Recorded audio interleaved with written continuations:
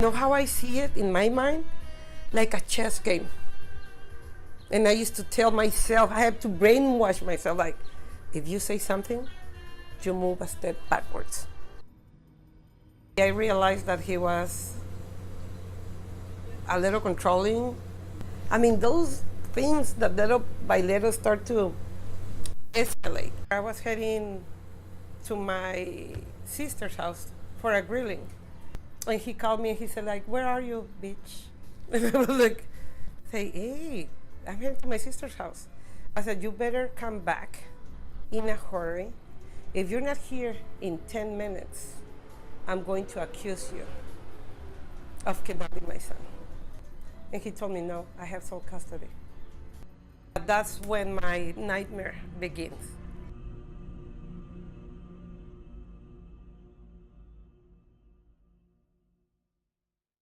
So I work with immigrant victims of domestic violence, sexual assault, and human trafficking. Whether you label that person a trafficker, pimp, or abusive spouse, or bully, the person is always looking for someone that has displayed certain vulnerabilities. My focus is to empower the victims that come forward and let them know what resources are available, try to help them think through. A lot of it falls on the victim, on the survivor, to make that decision, to take the next steps. Resources are there. There were nights that he will say, like, you know, tomorrow I'm gonna take Derek away and you're never gonna see him, bitch, because you have no rights. And I become his puppet, like, do this, do that, everything. For years and years.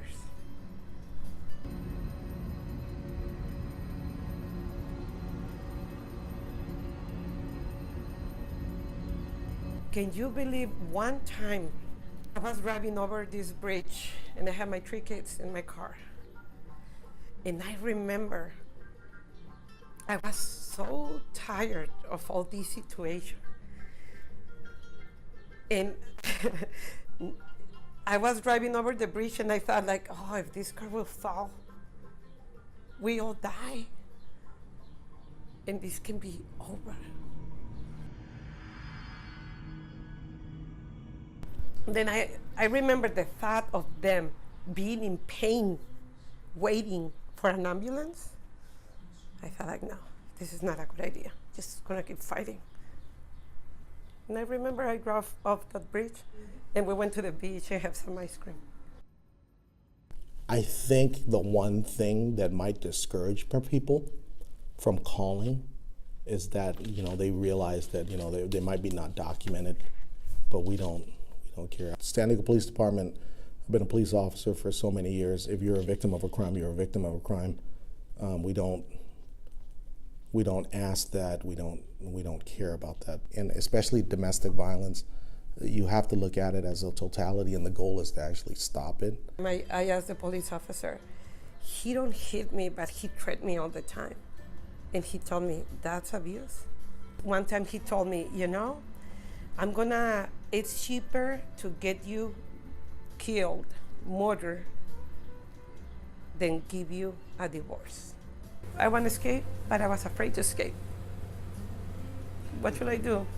But we did it, and I did it.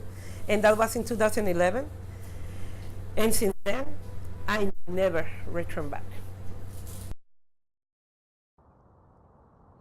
So I was at the YWCA when they told me about Access, because they have a huge list of resources. And that's how I find out about them. The mission of Access is to serve the hardest to serve in the community. And we've been doing this for over 50 years. It's finding those that are most in need in the community and helping them become successful and self-sufficient in the community. I not even fixed my legal status in this country. In my head, I didn't need it. And that was a big mistake. And I remember that she told me, well, but you're married, so it's easier for you to cross your son and not being accused if you just apply for legal status over here. And I said, and I can do that? And she said, yes, that's a VAWA program.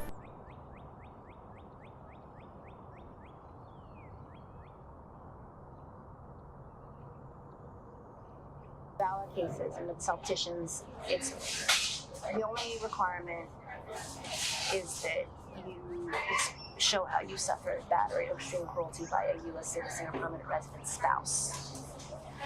But I think what Access is doing, especially with crime prevention, sexual assaults, domestic violence, helping especially like refugees who are here or immigrants stay in the country because they've been victims of crime.